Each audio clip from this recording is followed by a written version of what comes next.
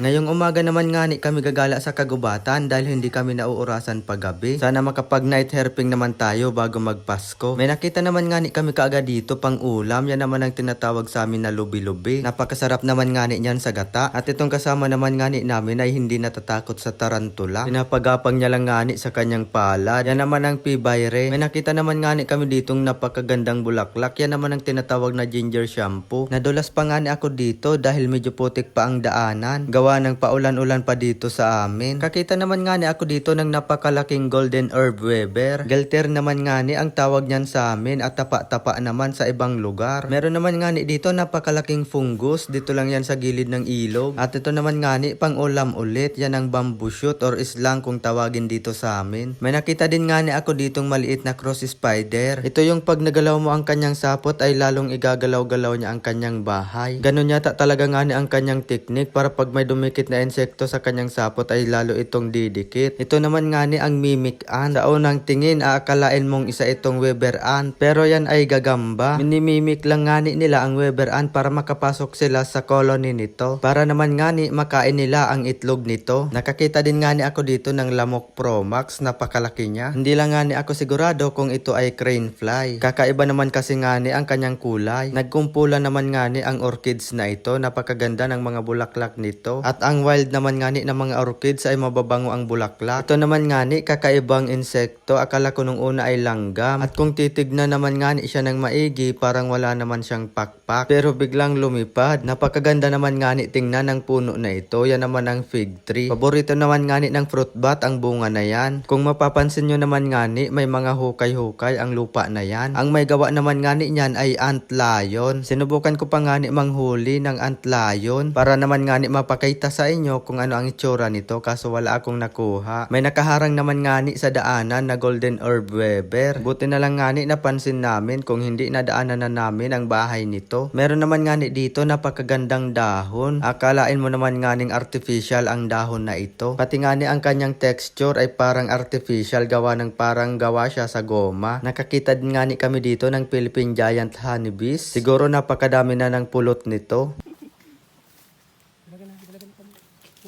Di ka magiwag. Uy, nagingiri pa. Di ka magiwag. Yan guys, may nakita tayo ditong putsukan. Ito yung Philippine Giant Honeybees. Yan, huwag lang natin gagalin sigurado. Uy, loy.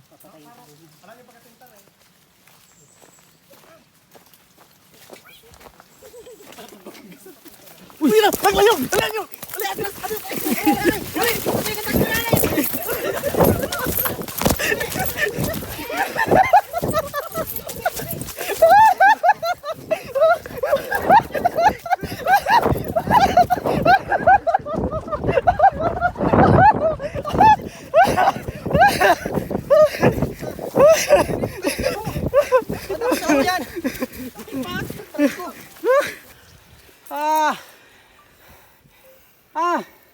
Nagulpi ako sa likod.